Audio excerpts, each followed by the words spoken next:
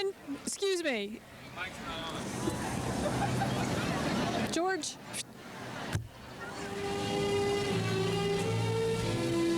I present to you the graduating class of 1995 of Mamaroneck High School.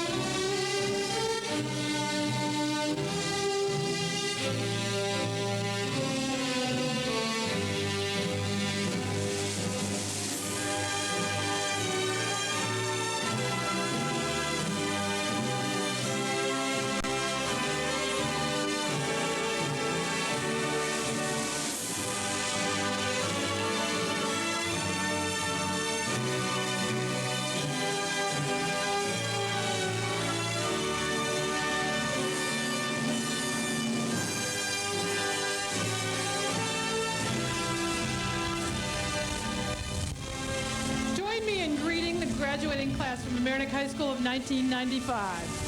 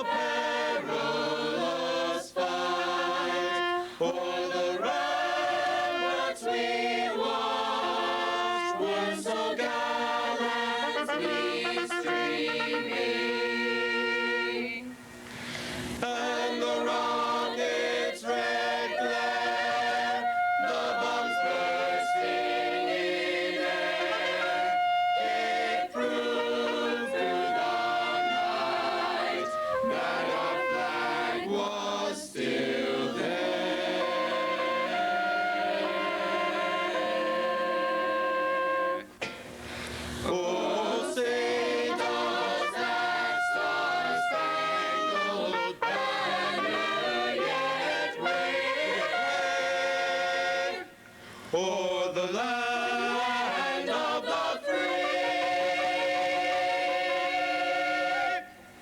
and the home of the brave.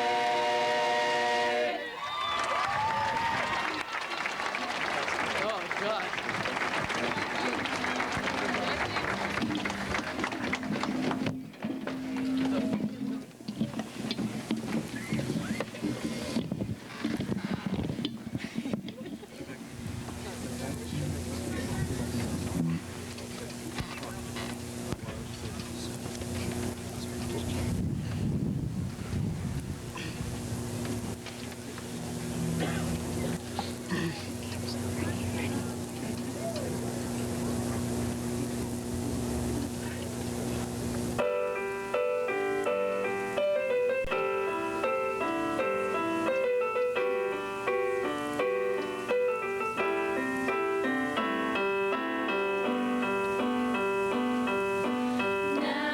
Now is the time to follow the wind, to walk alone. And a star will show the way above the clouds, beyond the sea.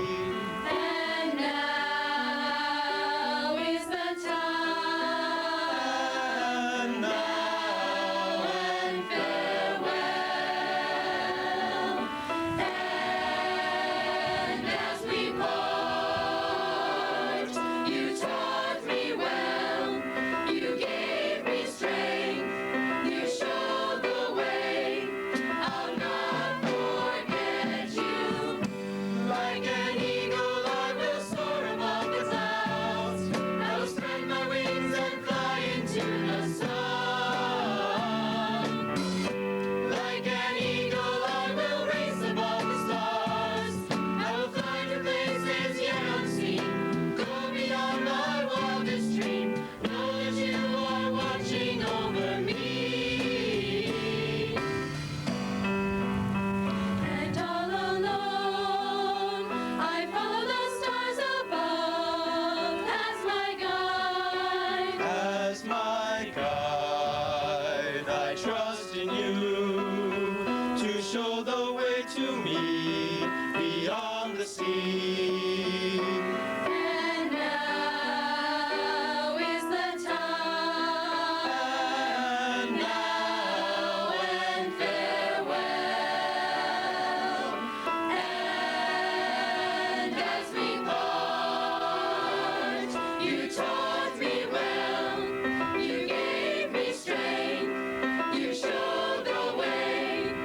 I'll not forget you. Like an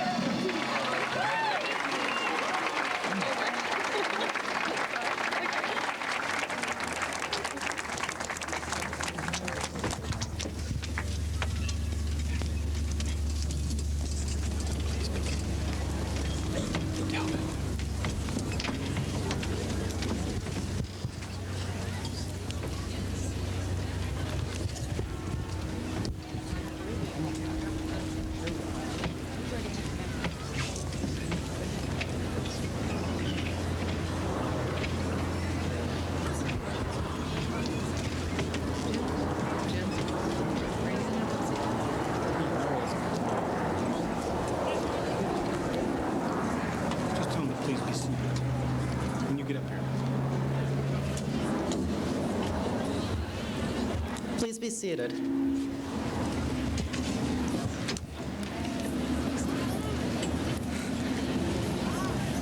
Good evening. I would like to welcome the Board of Education, Dr. Mays, Mr. Coffey, the faculty of MHS, friends, parents, Eric, and, of course, the rest of the class of 1995.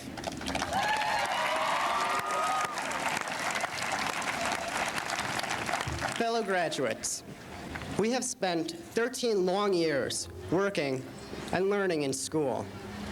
It started way back in kindergarten when we ran around and played in the schoolyard, to this past year when we ran around and played in the senior lot. If you look between the bookends of kindergarten and senior year, you will see that we really have learned a lot about the world, life, and ourselves. This evening is truly the culmination of our maturation and hard work during those years. By the way, if you believe that, I've got a bridge to sell you. Why?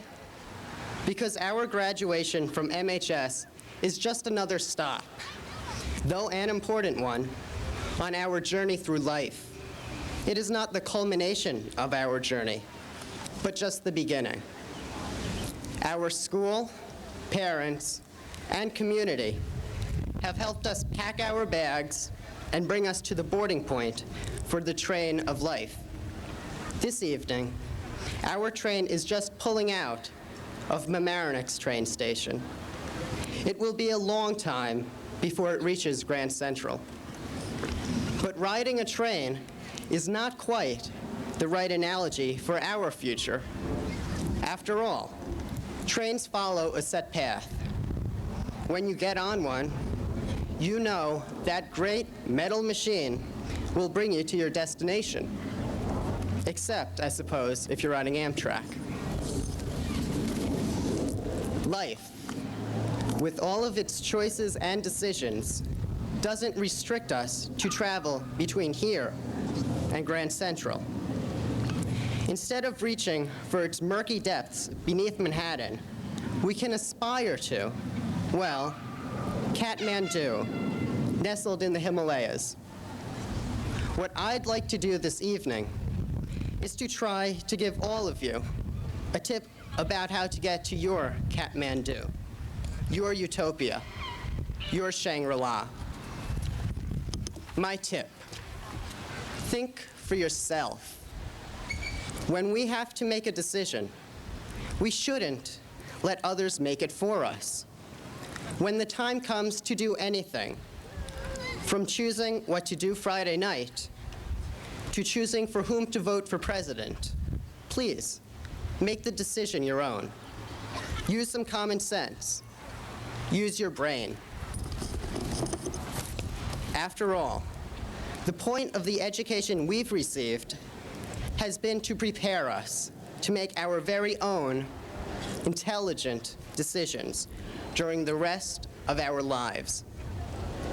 In the coming days and years, our ability to make logical decisions by thinking for ourselves will be one of the most important lessons that we will have learned at MHS. No, we didn't take a course in thinking for yourself. We took many. Our history courses showed us how others thought and acted in the past. Too often, they failed to think for themselves. Some of the results? The Holocaust, endless, senseless wars. And today, there are gun-toting militiamen roaming rural America, while people not too different from them engage in ethnic cleansing in Bosnia. Our generation cannot ignore such trends in human nature or fall prey to them. In other subjects, we have learned about innovators, thinkers, who have looked into the future. Take science. There wasn't some voice in Einstein's ear whispering, E equals mc squared, like the one which told Kevin Costner in Field of Dreams that, if you build it, he will come. Now that we are leaving MHS, our legacy will be based upon how we use the skills MHS has given us. A case in point. This morning, I had a traumatic decision to make. When I opened the cereal cabinet, the choices confronting me were slightly overwhelming. Frosted Flakes or Fruit Loops? In one ear, Tony the Tiger kept purring how great the Frosted Flakes were. But as persuasive as Tony was, it also was hard to ignore Toucan Sam squawking in my other ear to just follow his nose. Toucan Sam's noise woke me up to realize a harsh reality. These two creatures were competing for control of my breakfast bowl. If I didn't make a decision soon, I was doomed to become a casualty of Tony the Tiger's and Toucan Sam's interspecies battle. But even in this dangerous situation, instead of giving in to Tony or to Toucan, I decided to search further for a breakfast cereal which was good for me and good tasting too.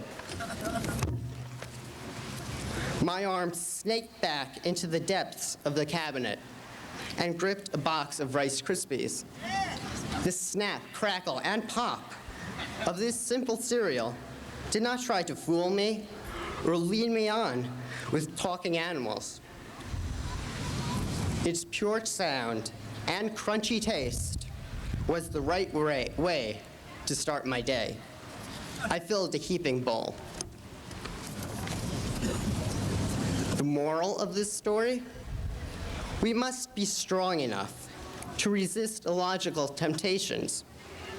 Frosted Flakes and Fruit Loops may have more glossy commercials. Still, Rice Krispies are better for you. The right food for breakfast sets the tone for your day. In the same way, the decisions which we make in the near future will help determine the path of the rest of our lives. So, it is important that we make sure that our lives follow the paths we want, not somebody else's. People will try to entice us to follow them by proclaiming their way is right. They will say they have found the truth and that it is our duty to follow. However, in the words of Henry Longfellow, who dares to say that he alone has found the truth? Actually, many people, not just cartoon animals like Tony the Tiger and Toucan Sam, have proclaimed that they have found the only truth. Just look at Patrick Buchanan and Pat Robertson. They proclaim what is right, too often to the exclusion of other beliefs.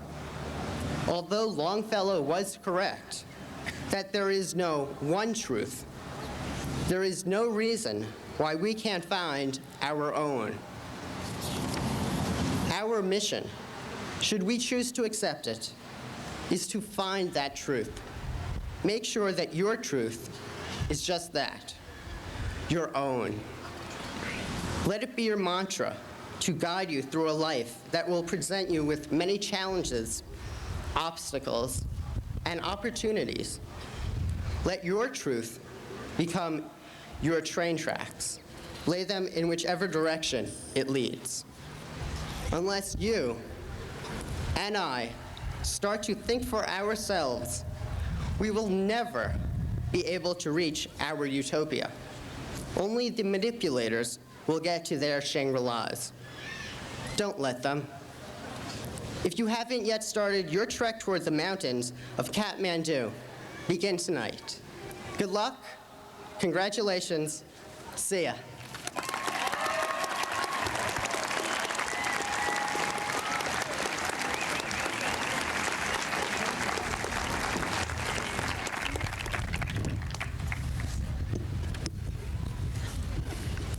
Greetings.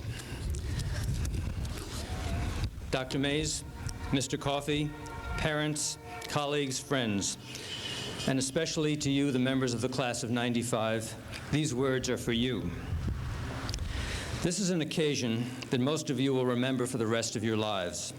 Tonight, you are all celebrities, the object of our admiration, the fulfillment of your parents' hopes, the fruit of your teachers' labors.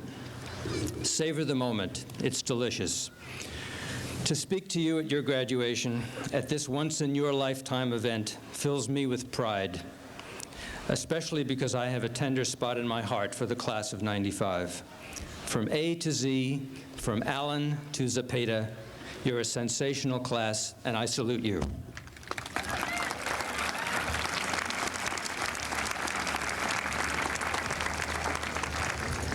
I've dug up some facts and figures about your class that might interest you. Your class consists of 127 girls and 130 boys. 85% of you were born in 1977. Each of you has had an average of 38.2 different teachers during high school. During the past 4 years, you had 720 school days and 11 snow days. Each of you, believe it or not, was given over 2,000 homework assignments. I don't have the figures on how many actually were completed. And each of you has walked about 1,000 miles back and forth between Palmer and Post. There are 10 people named Jennifer in your class, and also 10 Michaels, a handful of Johns, Joshes, Lisas, and Megans, but only one Rafal, one Lizette, one Carla with a K, one each of Kristaps, Terrence, Jada, Ileana, Bridget, Ponce, and dozens of others with one-of-a-kind names. I could give you more data about your class as a whole, but more to the point is that the class is made up of 257 individuals. Each of you has made a unique journey through this high school, and therefore you have 257 different and fascinating stories to tell. As an English teacher, I love stories, and I love books. In fact, I brought a book with me, but not to pass the time if these proceedings grow dull, but rather it's one of those blank books. It has nothing written in it. I brought it to suggest that, in a way, your future is like one of these books, its pages waiting to be filled with your life story. Obviously, the first few chapters have already been written. As for the rest, some of you have a plot outline in mind. Some of you have a vague notion about where the tale may go. And most of you, I'm guessing, will discover the rest of the story more or less as it unfolds. One thing is certain, though, about the next chapters. They'll be different from those that came before. The plot will be different, the cast of characters will change, the setting will shift, fresh themes will be developed, and the vocabulary will undoubtedly be new. You'll be writing about a new world, a place in which the days of the week are called Monday, Tuesday, and Wednesday, not 1, 2, 3, 4, and 5. A place where gills are on fish, not in math classrooms. A place where an apple is something to eat, not a haven for kids at sea. A place where sad is an emotion, not a club. A place where calliope and penpuri sound like something to put tomato sauce on. And a place where no one will have heard of Pace, a caprice advisor, and a Mahiskin. It will also be a place where Post Road is a street, not a building, and a place where dawn is a verb or a Russian river, not a name of a big guy in tennis shoes.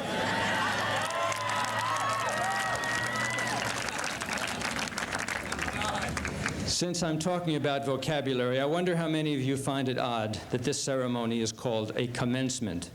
a word that usually means a beginning rather than an ending. True, commencement sets your life on a new course, but just as important, it celebrates a noteworthy conclusion. Just think of all that has come to an end. For one thing, you'll never have to eat lunch at 11 o'clock in the morning.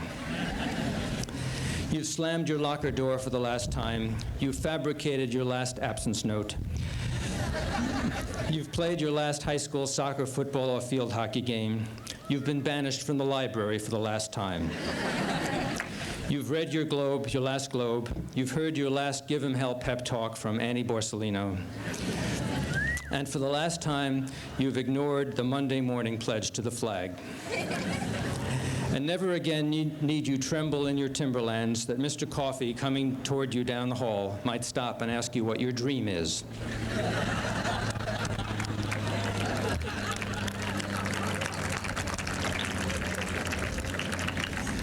This is the last time that many of you will be on school grounds. Some of you will come back to visit once, twice, maybe even 3 times, but it won't be the same. Let me amend that. We'll be the same, but you won't. You will have outgrown us. It will seem to you that we've been frozen in time while you've sped onward, and that's as it should be. We've been here to guide you, coach you, teach you, to encourage and push you, to listen to your words and thoughts and hold your hand. Now we're letting go. You don't need us anymore. We've done our job, and I hope we've done it well. We've tried hard to equip you with the habits of mind and heart, the skills and strength to do well whatever you choose to do. I'm sure that some of you will face difficulties, drift a bit, get discouraged, take a wrong turn now and then. I know that society often seems chaotic and irrational, that much of our culture is crass and vicious, and that strident, often hate-filled voices echo across the land. To put it bluntly, there's a lot that's wrong out there. But I have faith that you won't be crushed by it all. The fact that you've come this far, and I know what you've done to get here, gives me lots of hope. I'm even more hopeful this year after having seen so many of you choose to do a senior project. Over 40 of you said, in effect, yes, I'm going to give my senior year all I've got. And you broke some of the boundaries that define a traditional high school education. Now, as you graduate, every one of you is about to embark on what amounts to a full-time, 24-hour-a-day, lifelong senior project. And I have faith that you'll make it a good one. In a few minutes, you'll be called up here to receive your diploma. And soon afterward, you'll be officially proclaimed high school graduates. Although you may not feel suddenly transformed, you nevertheless will have been changed forever. You'll no longer be high school kids, but high school graduates. And that new identity implies new responsibility. It means standing on your own feet, acting mature, casting off childish things. It also means that you've arrived at one of life's big intersections and now must pick the best route to happiness, that elusive, hard to define goal that most people struggle to reach all their lives. But if Tolstoy was correct, and I think he was, that the greatest happiness comes from serving others, the route to take becomes pretty clear. Do whatever you can to make life better and more beautiful for others. To put it another way, let the future chapters of your story show that the world was a happier place because you were in it. My wish for you tonight is that you all find the means to do just that. All of us, your teachers, parents, families, friends, and community are counting on you and rooting for you. I wish you love, luck, and lots of happiness. Thank you.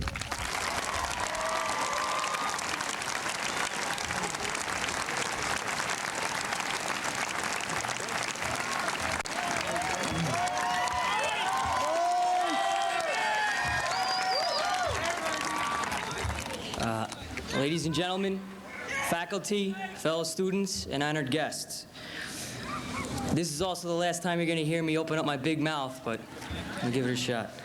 At the start of this school year, myself and the fellow senior class officers, Lisa Silvestro, Fran Clemens, Erica Chomsky, and Ms. Borsellino, were faced with a dilemma.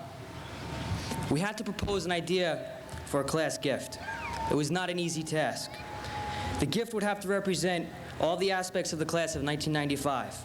It would have to encompass all of our achievements and our class spirit. Together as a class, we have set many precedents. Freshman year, we won Battle of the Classes for the first time.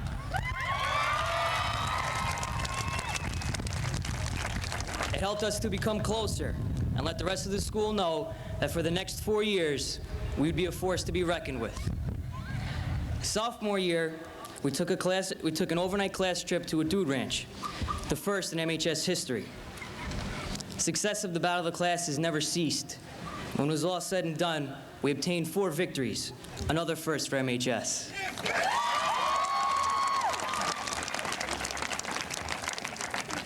Our 4 victories reflect our class spirit and dedication to each other.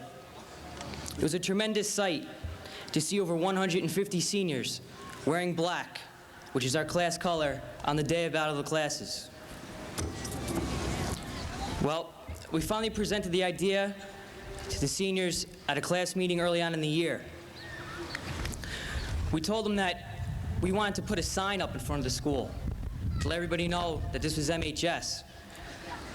When we presented the idea, we were met with enthusiasm and excitement. MHS was in desperate need of proper marking. People visiting often got confused as to our location. The sign stands now in the juncture of the Post Road parking lot and Palmer Avenue. It faces northbound traffic. It's 6 feet wide by 3 feet tall. It's carved in the granite face are the words, "Welcome to Mamaroneck High School, home of the Tigers." There's a face of a tiger engraved also, and on the bottom it says, "Donated by the class of 1995.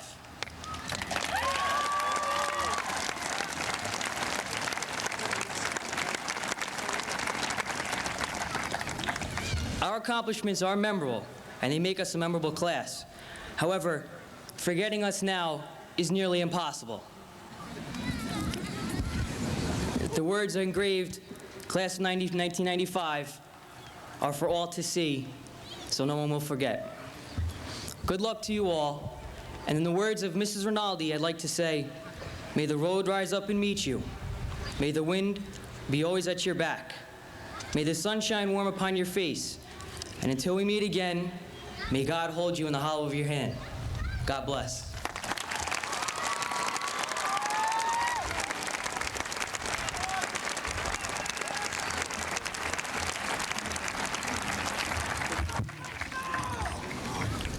First, let me welcome the members of the Board of Education, Dr. Mays, Mr. Coffey, members of the faculty, with a special thanks to the many wonderful teachers I've had over the years, family and friends of the graduates, my own family, especially my brother Noah, and of course, my fellow members of the class of 1995.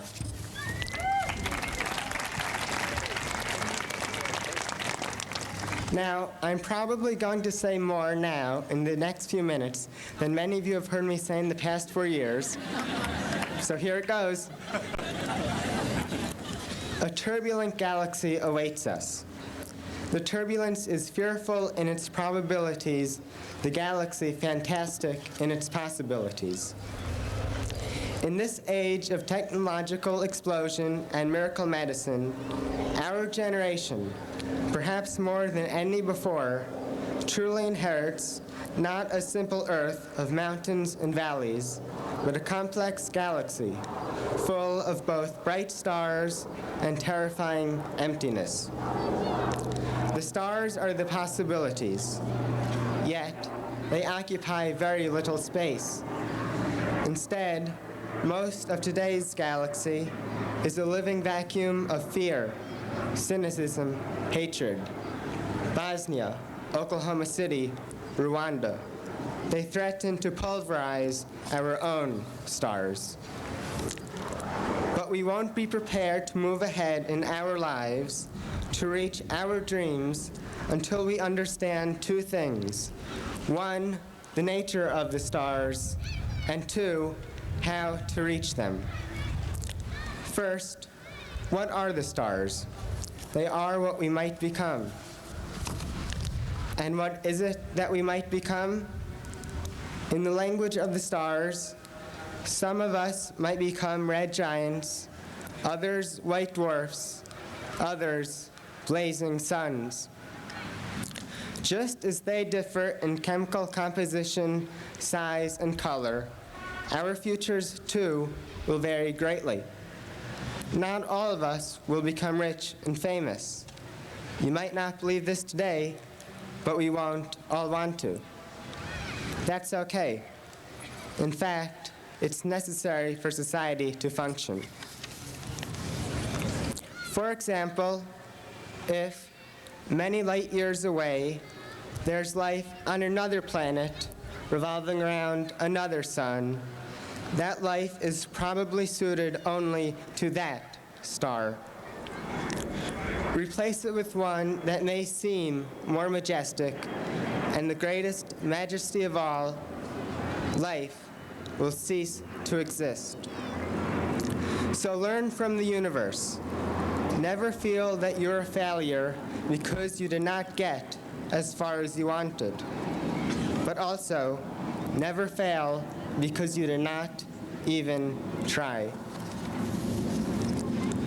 Once you're at peace with who you are, once you know you have filled your piece of the sky with the star of your choice, the rest of the galaxy, the rest of the universe, the rest of your mind opens up. And what are the other stars? They may radiate the most energy-packed photons conceivable. They may contain love and altruism, kindness and compassion. Perhaps most spectacular of all, they may contain an energy whose force cannot be easily described. It can be found in its pure form in the mind's heart, at your emotional core. It is the feeling of helping a fellow human being. It is the passionate fire of making another happy. If a picture can speak 1,000 words, then a smile can paint 1,000 pictures. I believe two kinds of stars offer the greatest rewards: fulfilling your own wishes and dreams, and helping to fulfill the wishes and dreams of others. They are rewards felt in the heart. Our emotions give us the ability to be proud of our past, to anticipate our future, and yes, even to be confused about our present. We're taught to avoid confusion, to fear being unsure. We're supposed to have the answers, or to be able to find them. Well, we shouldn't fear confusion. We're human. You see, an ant is never confused. It doesn't wonder what to do with its life. The answers are all neatly programmed into the ant's genetic code. Our genetic codes, on the other hand, give us no simple answers. They do, however, give us something far more rewarding: the ability to think. We can consider different choices, formulate ideas, ponder what routes our lives should take. In short, confusion. So, how do we reach our stars? First, we have to build a spaceship. With what materials? Well, there's one key element whose significance, I'm afraid, too often is undervalued: being a good person. Goodness is the material from which we build the body of the spaceship. But where do we find this goodness? It is not buried in the heart of the earth. It is buried within our hearts, the hearts of the young people of Mamaroneck High School, of America, of the world. It is composed of compassion and consideration, It is filled with fairness. In its purest form, it is tremendously passionate. In shape, it is surprisingly like a smile. So, you've built your spaceship, but it still won't fly. It needs fuel. This fuel is idealism. While we are young, we still have the ability to dream, in the words of Israeli Foreign Minister Shimon Peres, not just any dreams, but great dreams. Without this idealism, our spaceship will be like an eagle with clipped wings, beautiful to look at, but it won't get very far. As we get older, do not let the years steal the idealism we have within us today. We need to nourish its growth as regularly as we nourish our bodies with food and our minds with ideas. Once you've built the spaceship and fed it fuel, step in and head toward your brightest star.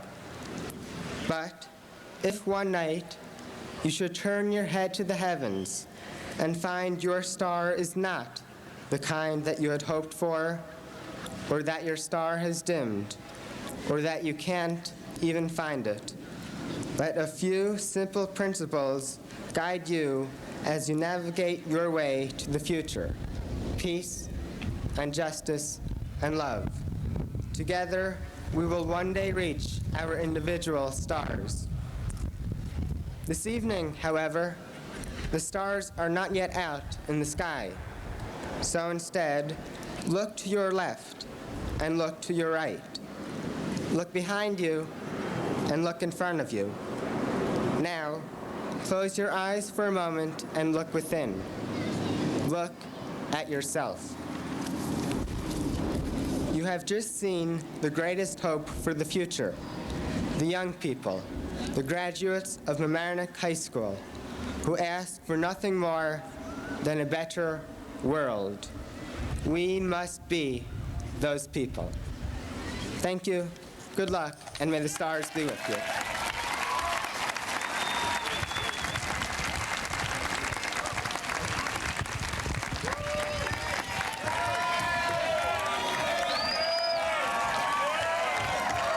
Hey, what's up? Welcome everyone to the class of 1995 graduation. I regret to inform you that I did not have a chance to prepare a speech for this monumental occasion, so I'm going to have to read to you the only other speech I ever wrote. Being called up to the Torah and becoming a man on my bar mitzvah means a great deal to me. Wait a second, I don't think that applies to today. Let me try this one. Graduation is a time of many conflicting feelings. There's a deep sadness at the losses which we will have to experience. The loss of our high school years, comfort, security, the homely atmosphere of Cafe Tigre, and Mr. Wininger kicking your rowdy butt out of the library. We may find youth and innocence tough to part with, but fret you not. For life does not end with change, but rather it thrives on it. And we are now in the midst of one of the largest changes that any of us will ever experience, with the possible exception of the admissions process to several fraternities next year. But we should not cower from this move to college as though it were some kind of final exam that none of us have studied for. We are all prepared for it. And if we're not, we can try that thing where we all promise to do really badly because, hey, they can't fail us all. I'm grateful that I have this opportunity because I would like to take this time to share something with all of you. I remember it as if it were 10 minutes ago. I was backstage writing this speech, going over the many things which we could discuss. There's the environment, the oppressed Tibetans, the war in the Balkans. The mic is out, it's back. Poverty, race relations, crime, war and peace, but I thought, hey, it's not like there's anything we can do about those things, and besides, those are the types of problems that generally go away if you just ignore them and pretend like they don't exist. So I decided instead that our time would be more valuably spent if I read you a story which someone once told me many, many moons ago when I graduated from high school. I was walking through the manor minding my own business, when this gray-haired small old woman walked by me, turned back, grabbed me, and sat me down on a park bench. She looked sternly at me, demanded I give her back her purse, and then told me this story. She told it from memory and without hesitation, and when she was done, she walked off into the horizon without looking back once, even as I yelled repeatedly for her to please, for the love of God, return my wallet. The story she told began with, "Listen to what I'm about to say," and ended with, "And that's why Richard Simmons wears tight pink jumpsuits." Once upon a time, there was a community of skunks. And these skunks lived happily in their skunk town with their skunk cars and skunk buildings and skunk air fresheners and so on. One day in this small skunk town, a visitor came. This visitor looked a little like the skunks, but there was one striking difference which the skunks realized immediately. "My chipmunk friend," the president of the skunks began, "are you aware that you don't smell like trash?" The chipmunk was taken back. "No, I never actually thought about that," the chipmunk said as the skunks tied him up to be barbecued. "But," the chipmunk continued as the skunks began preparing the wood for the roast, "I guess I can change." The skunks thought about this for a while, and their wise men met and discussed, and finally, after 7 days of thoughtful debate, with no sleep except at night and no eating except at meals, the wise elders of Skunkville came forward and said, "Yes, yes, yes! You are right, my chipmunk friend. We'll give you 5 days to smell like trash, and if you don't smell like trash at the end of those 5 days, my friend, then no stash of acorns in the world will save you from our fury." And it was put into writing that the visitor from far away would be given 5 days and 5 days only to smell as sweetly as the worst of the bad-smelling skunks. "Impossible," the older generation said, while the younger generation said things like rad and cool and crazy with the cheese whiz. But no one, no matter what age or degree of smelling, has truly believed that the chipmunk could accomplish this impossible task. So when the chipmunk showed up at the predetermined date, covered in mud, with flies circling his head, and various insects crawling all over his sweating body, the skunks gathered around eagerly, impatient to see just how far their chipmunk friend had come. The chipmunk was paraded throughout the crowd, and the skunks all pushed forward to try to catch a whiff of it before the final judgment was made. They marched the chipmunk down a dusty path, up onto a platform, and sat it behind the table just in front of the judge. "All rise, the Honorable Pepe Le Pew is presiding," the court skunk announced, and everyone rose and then sat as Pepe got comfortable on the bench. "What we have before us today is a chipmunk claiming to be smelly enough to be granted skunk status. And while some of you may consider this a mockery of justice, I have taken this case very seriously. And my decision, after taking large inhalations from the chipmunk's body, is that it is in fact worthy of living among us." The chipmunk was now a member of the community, and as long as he smelled like trash, there wasn't a thing anyone could do about it. The chipmunk hopped for joy and then did that cute little thing with his buck teeth that got Chippendale famous. "Thank you, Your Honor," the chipmunk said, and then he turned to go to his new home in the heart of Skunkland. The chipmunk was generally jubilant. His life had finally taken a turn for the better. It had been pretty lousy since his breakup with Alvin, Simon, and Theodore, but now he was going on the upswing, and everything was going great. And the chipmunk decided to go to dinner with a few of his new skunk friends. The chipmunk showered and scrubbed himself clean, got dressed, and headed out to meet his friends at the dumpster for dinner. Looking his flashiest, he stepped out of his new skunk mobile and crawled over to where his friends were already seated. But when he sat down, his friends looked very disturbed. The chipmunk wondered why. "Why the long faces, my skunky friends?" the chipmunk asked. And before they could answer, a very rude waiter escorted the group out of the dumpster into the road. "What was that for?" the chipmunk asked. One of the skunks frowned as it was decided that he would be the one to tell Chippy the news. "My chipmunk friend," he began, "I'm afraid that I have some bad news for you." Then another chimed in, "I can't believe you have the guts to come out in public smelling like that, and to think we brought a cute skunk to set you up with. Some nerve you have." The chipmunk remembered with horror his dreadful mistake. Out of terrible habit, he had showered before going to dinner that night, and now he was paying for his crime. To make a long skunk story short, the chipmunk was excommunicated, ostracized, dressed up like a little pink donkey, and he was pushed out of town by two overweight ex-sumo wrestlers. "That's a sad story," I said. but I think I get the message. Thank you very much, old woman. And as the woman got up to leave, I asked her, can you tell me, if Elvis was alive today, what would he say to the graduating class of Mamaroneck High School? Sure, she replied, that's how he gets girls. Is that all? I asked. No, he'd say, and that's why Richard Simmons wears tight pink jumpsuits, to get girls. Fascinating, I answered, and she left my life forever. That is the story which the woman told me. I hope it has affected you as deeply as me, only not so much that you need therapy like I did. I hope that we all now understand how important it is to be yourself next year at college. At college, you'll have to make a lot of tough decisions about friends. And the 3 keys we can learn from the chipmunk are, 1, if you have to make friends by being someone you're not, they're not the right friends for you. 2, if you try to put on an act, the real you will come through eventually. And 3, if you get mixed up with a bunch of furry mammals that make you roll around in the mud, then just run like heck, because they're just going to get you in trouble in the end. And I would like to end there, but just so that you don't feel cheated, I'll give one high school is like analogy, and then that will be that. I woke up this morning and put on my gown, then put it back in my mother's closet a little embarrassed and put on my graduation gown. I showered, and while in the shower with steam clouding my eyes, I had this vision. High school is a lot like giving a senior speech. You have moments of brilliance, moments of failure, times when you don't know what you're going to say next, and times when you just feel like taking your shirt off and flexing, but I won't. You worry about it too much before it happens, and when it's done, you realize it wasn't that bad after all. It goes by in the blink of an eye, and all that you could have hoped to accomplish is to make people laugh a little, think a little, and leave some kind of impression on all who you've met, all the while having a great time.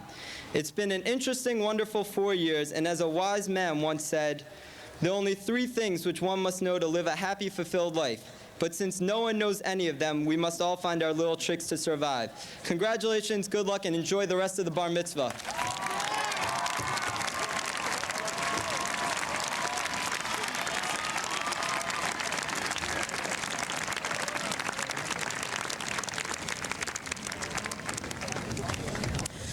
Good evening. All of your teachers wish to congratulate each and every member of the class of 1995. We are proud of you and wish you well in whatever life after MHS brings. I am here at this time to give out the Boothby Award. The Boothby Award commemorates Arthur Z. Boothby, who was the superintendent of schools here from 1917 to 1941. It is the only award which is given at graduation. It is given each year by the Mamaroneck Teachers Association to the graduating senior who best exemplifies the ideals of public education. The Boothby winner is chosen in a secret ballot by the high school faculty.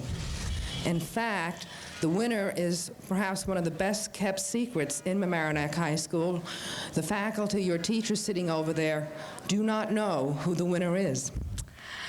When you consider the number of outstanding seniors in the class of 1995, it makes this award even more significant.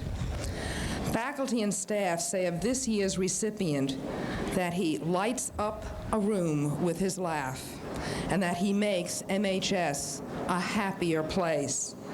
His teachers praise him for always being prepared and for his willingness to go above and beyond what is required. He strives for excellence in all that he does. He was born and raised in El Salvador and came to Mamaroneck in 1991.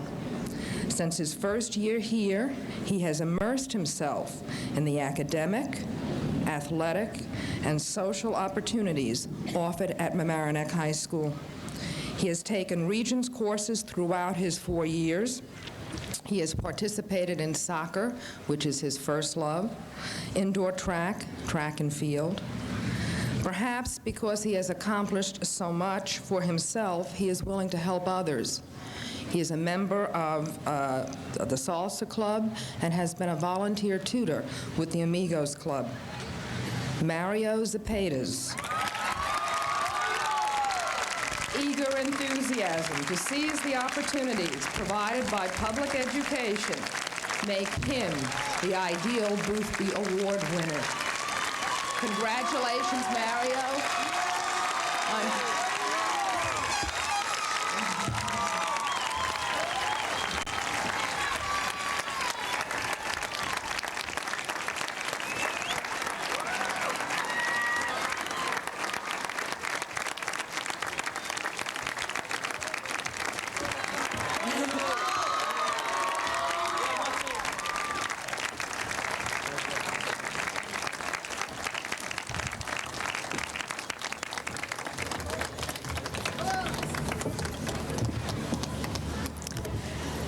Today, this evening, this graduation represents the first major milestone in your journey, and you've heard much about your journey, the journey from adolescence to adulthood.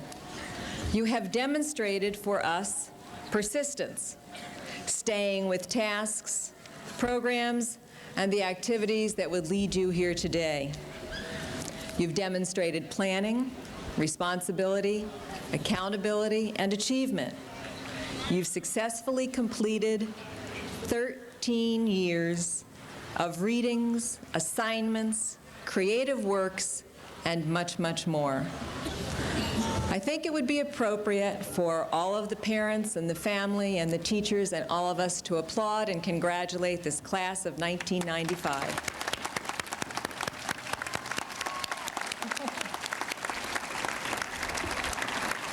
I think, too, that at this time it's appropriate for all of us to consider what has brought these young people here today, and that is the support of those that surround them, the parents and families that have guided them, that have struggled with them, the teachers that have cajoled them, nudged them, given them that creative and motivation that sometimes is hard to find.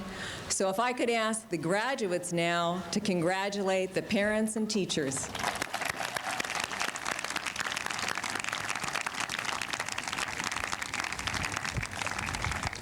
We've struggled with you and worked with you. You have accomplished much.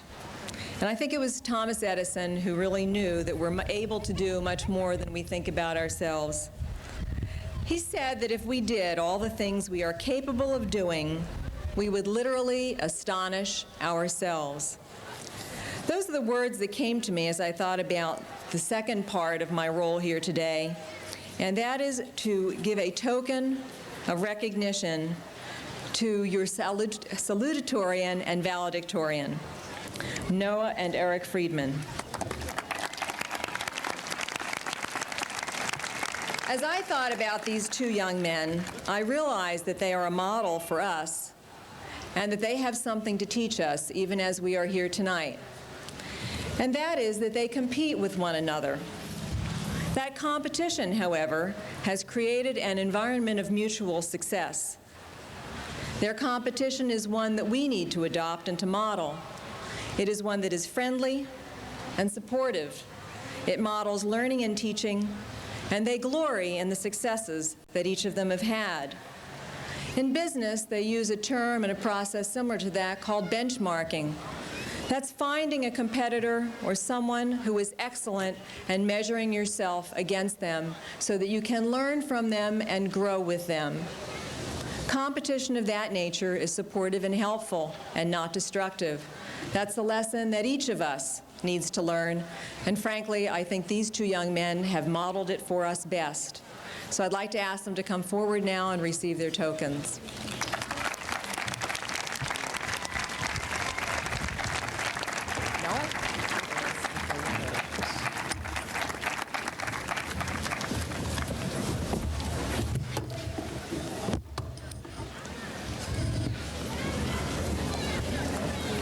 You guys have been great, and I won't add to this much longer. Members of the Board of Education, Dr. Mays, members of this distinguished faculty, parents and friends, outstanding advisor, Ms. Borsellino, and members of one of the finest classes ever to graduate from this high school, the class of 1995.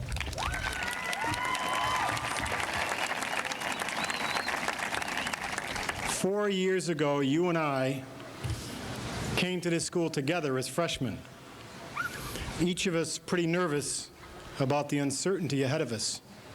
I was a little older than you, certainly a lot slower, not nearly as talented, and admittedly heavier.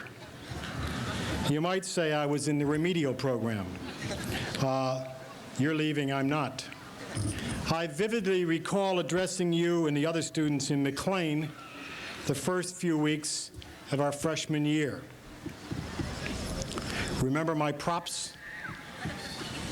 MHS equals TLC squared. At least one of you listened. I thought at that time I had discovered a clever new formula.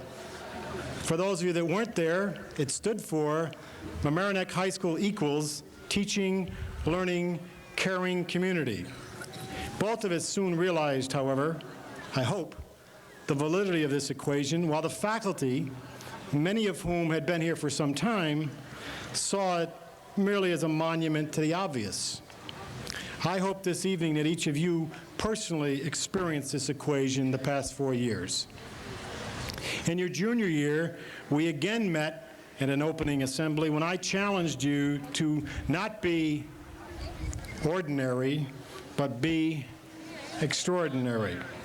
Some of you in this class were offended by that. Some even wrote about it in the Globe and others in the yearbook.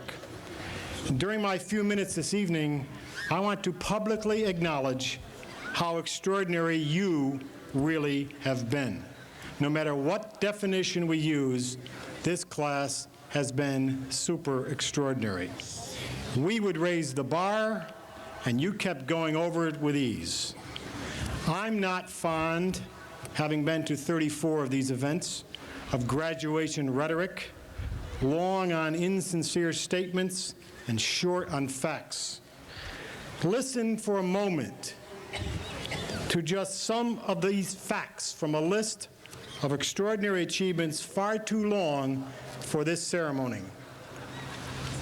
First of all, the highest percentage of students going on to college in recent memory, 91%.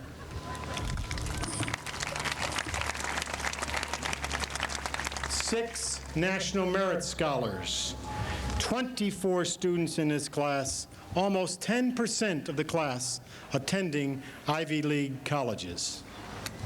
And what other high school tonight in this country can boast of 3 of its graduates leaving in a few days for an appointment to the United States Naval Academy?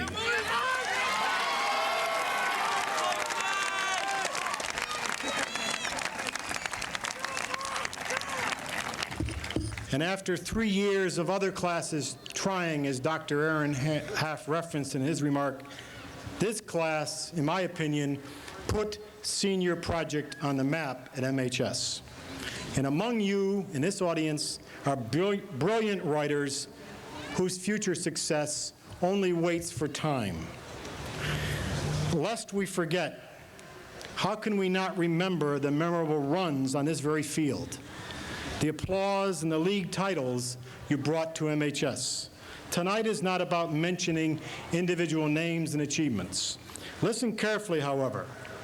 Almost 7 out of 10 of these young people in their caps and gowns participated in a varsity sport. 70% of this class in a varsity sport.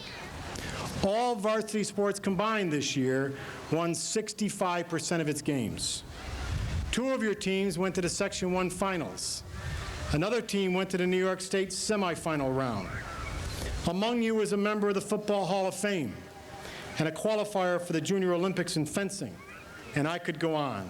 And of course, the greatest athletic achievement of all time in MHS history, for Pete.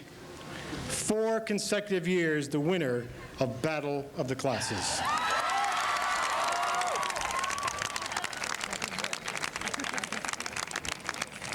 The joys of working in this school, however, are not confined, thankfully, to academic and athletic achievements. Perhaps more importantly than those, many of you have overcome seemingly insurmountable obstacles to become extraordinary. Without applause or ceremony, many of you went weekly to the Sarah Newman facility and became important friends with total strangers. Think about how many hours some of you gave to the Amigos program at Mamaroneck Avenue School, a program started 2 years, I might add, by a previous Boothby Award winner, Vanessa Acevedo. Some of you interned in the classrooms of the district while others focused on work with disadvantaged children. A number of you cared deeply about the issues of the homeless, about the issues of AIDS, and gave unselfishly to those efforts. Think about this, class. How many kids in this class, just a few short years ago, did not speak a word of English? Look at you today.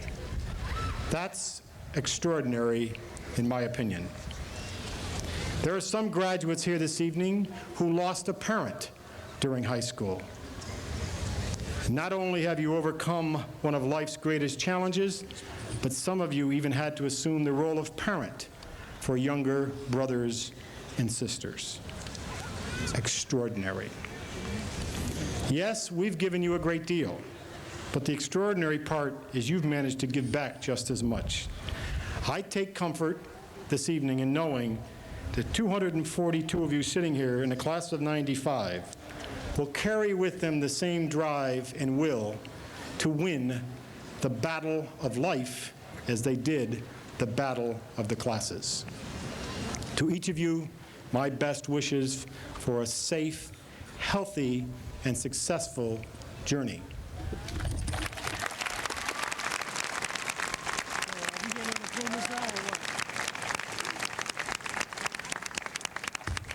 Mrs. Oberg, I have the honor to certify on behalf of the faculty of Mamaroneck High School that the students in the class of 1995 have completed the prescribed course of study and are entitled to receive the symbol of their graduation, the diploma of Mamaroneck High School. It is, therefore, my privilege to present to you the class of 1995.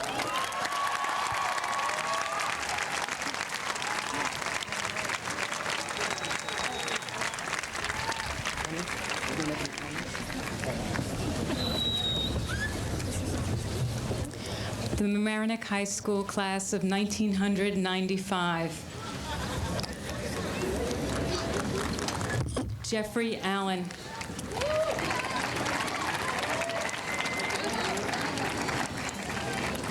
Nancy Allen. Jennifer Almazar. Susan Aloise. Carolina Alvarado. Samuel Anderson. Carlos Argueta. Adam Arian. James Jose Arias. Jenny Ascasibar. Nicole Alfarth. Michael Barish. Paula Barroso. Catherine Bell. Jada Bing.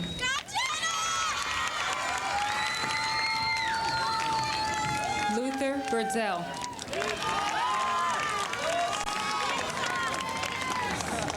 Lauren Bizordi.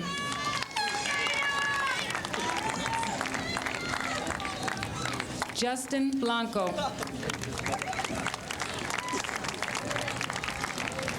Anthony Bondarev. Catherine Brannigan. James Brigante. Michelle Brigante. Laura Brown. Michael Brown. Michael Bruno. Ileana Cachon. Dixon Campo.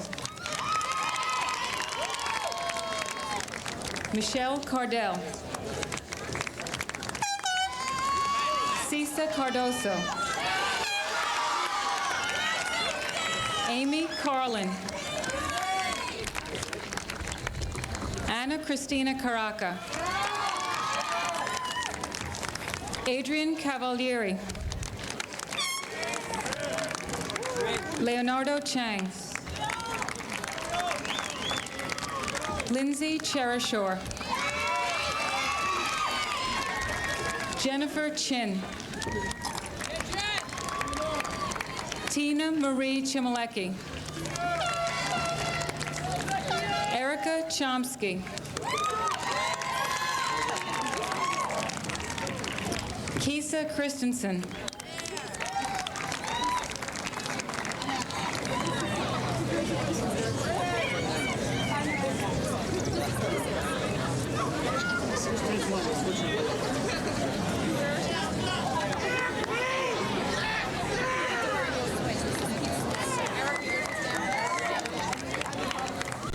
Keith Salento.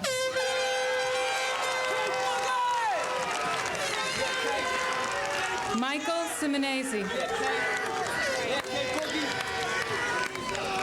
Francis Clemens. Brendan Collins. Peter Collins. Jean Cullen. Jennifer Curley.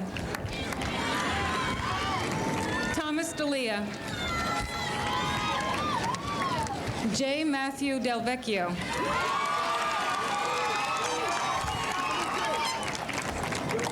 Kirk Dietz.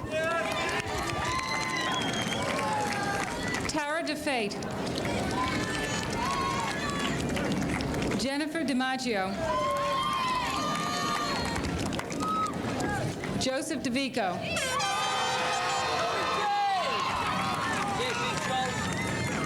Danielle Degnan. Johnny Duran. Carlos Estrada. Daniel Evans. Elizabeth Farah. Alyssa Farber. Julie Farkas. Anthony Fella. Daniela Fiorino. George Flay. Jimmy Fontana. Nicole Fontana. Jennifer Fornes. Alfredo Franco. Zoe Fraser. Eric Friedman. Marnie Friedman. Noah Friedman. Garrett Galimi.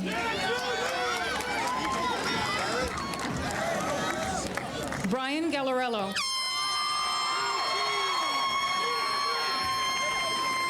Melissa Galetta. Jeff Olafson, member of the Board of Education, will present the diploma to his stepdaughter, Amy Garber.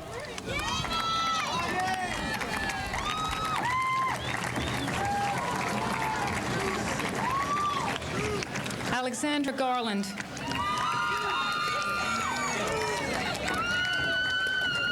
Jonathan Gasthalter. Yoni Gadan. Bridget E. Getz. Douglas Gold.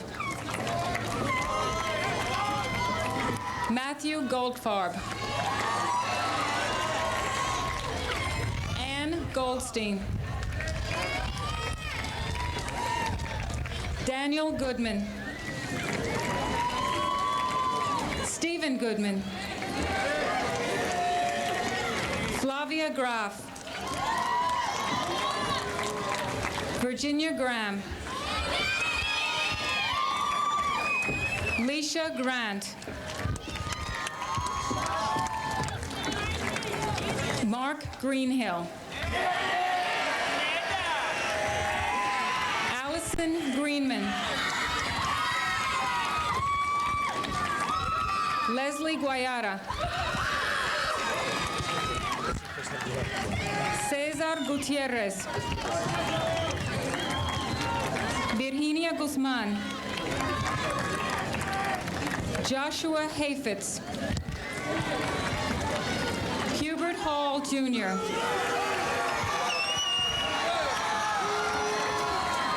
Leslie Halpern. Christopher Hammond. June Hanada. Hans Hatch. Abigail Hendel. Rafael Hennen. Rosa Hernandez.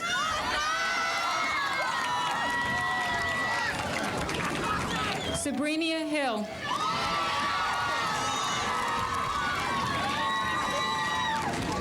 Hannah Hoderberg. Lisa Halowiak.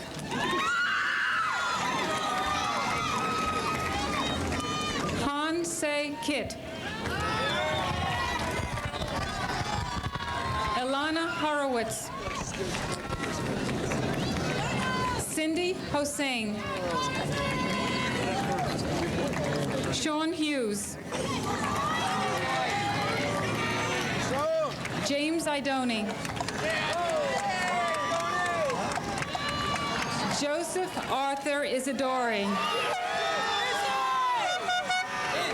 Aaron Jacobs. Lynn Janis. Astrid Jervis. Jennifer Josephson. Owen Joyce. Kurt Juman. Elizabeth King. John Conrad. Lisa Cullen. Alexander Kushner. Rocio Lainez. Jessica Laufer. Terence Leclerc. Anthony Ledun.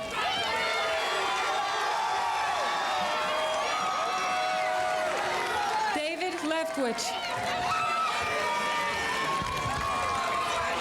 Hugh Lair. Nadine Lepre. Robin Levine. Brian Levitt. Marshall Louis. Vladimir Lizaya. Marie Elena Lifreri. Ronaldo Lindo. Fernando Lira. Michael Lisa.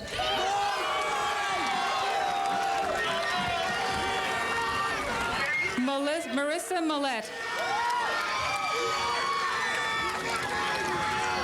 Margaret Mannion.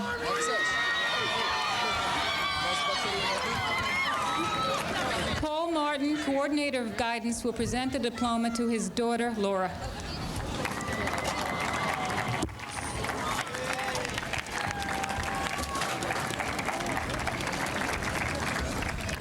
Martinez.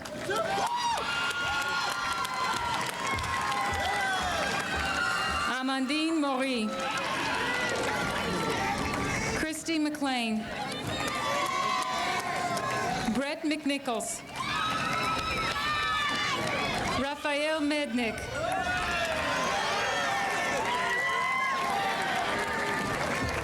Michael Mendez. Zachary Metzner. Christoph Mienips.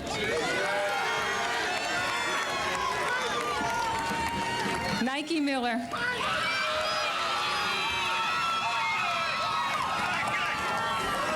Gilio Mingilo.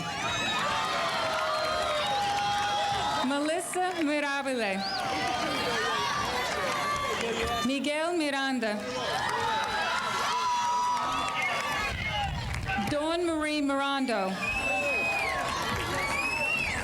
Akira Mitsuka. Jennifer Moniz. Matthew Mulcahy. Jared Mumford. Brendan Murphy. Colette Murphy. Peter Nealon. James Needham. Tracy Norum. Jelana Novich. Catherine O'Connor. Jennifer O'Neill. Haiti Slack Ordonez. Alexander Ottaviani. Robin Palacci. Alyssa Penso. Jamie Piccolo. Paul Anthony Plato. Payam Ponticello. Stephanie Prager. Scott Price. Suzanne Puglisi. Carolina Rafalski. Robert Rinaldi.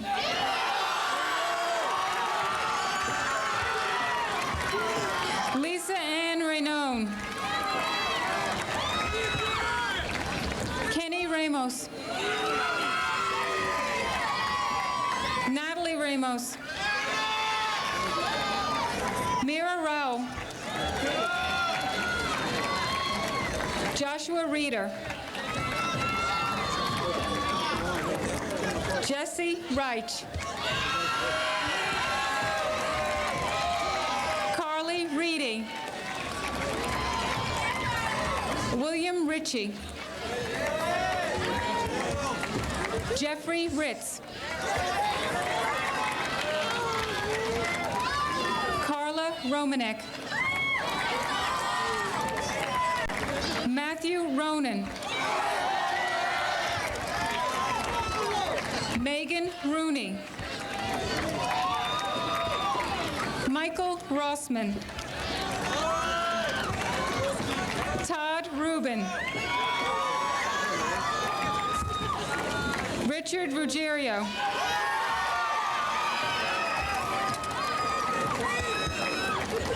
Jill Marie Russo. Mark Russo.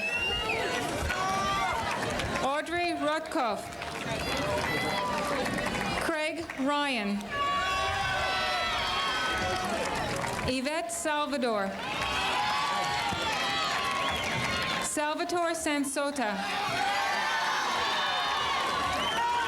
Jacqueline Santora. Jennifer Santoro. Alice Scarimbolo. David Shepard. Sabrina Schimmeler. Deborah Schoeneman. Lisa Schreier. Oren Schwartz. Michael Schwartzberg. Brian Sestito. Lisa Silvestro. Michael H. Siragusa. John Scoils. Kathleen Slattery. Jordan Snedkoff. Kate Snedeker. Pedro Sobral. Alexandra Spira. John Spader.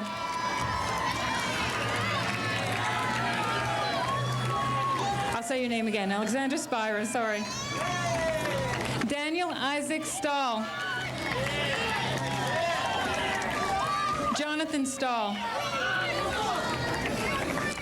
Megan Stevenson. Marie Sudol. Ridisak Suvalasanthorn. Rafal Shevchik.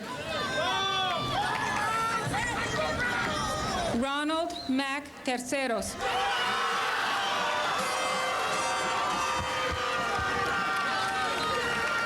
Rafael Terrones. Julie Tyson. Edward Urquhart.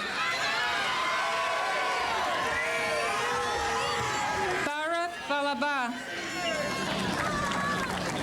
Natasha Van Veen.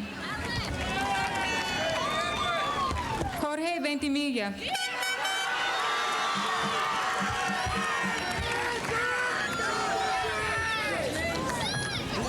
Olmar Vélez.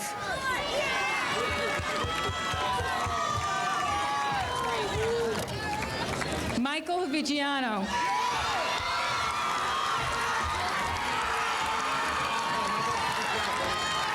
Lara Vivolo.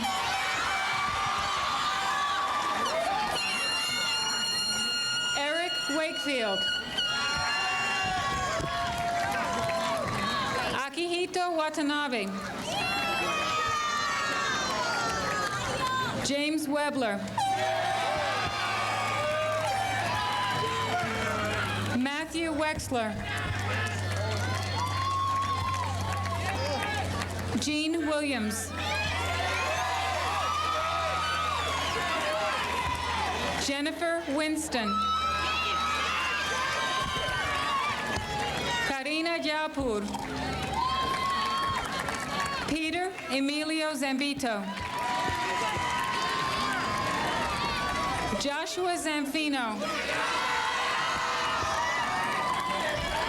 Lizette Sonoski. Ann Zeidner. Mario Cepeda.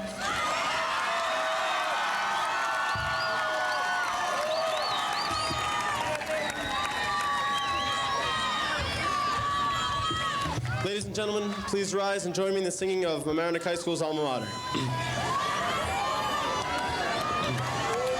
High upon a hill commanding valley, sea, and sky, proudly stands our alma mater, stands Mamaroneck High. Mamaroneck, to thee forever we will loyal be.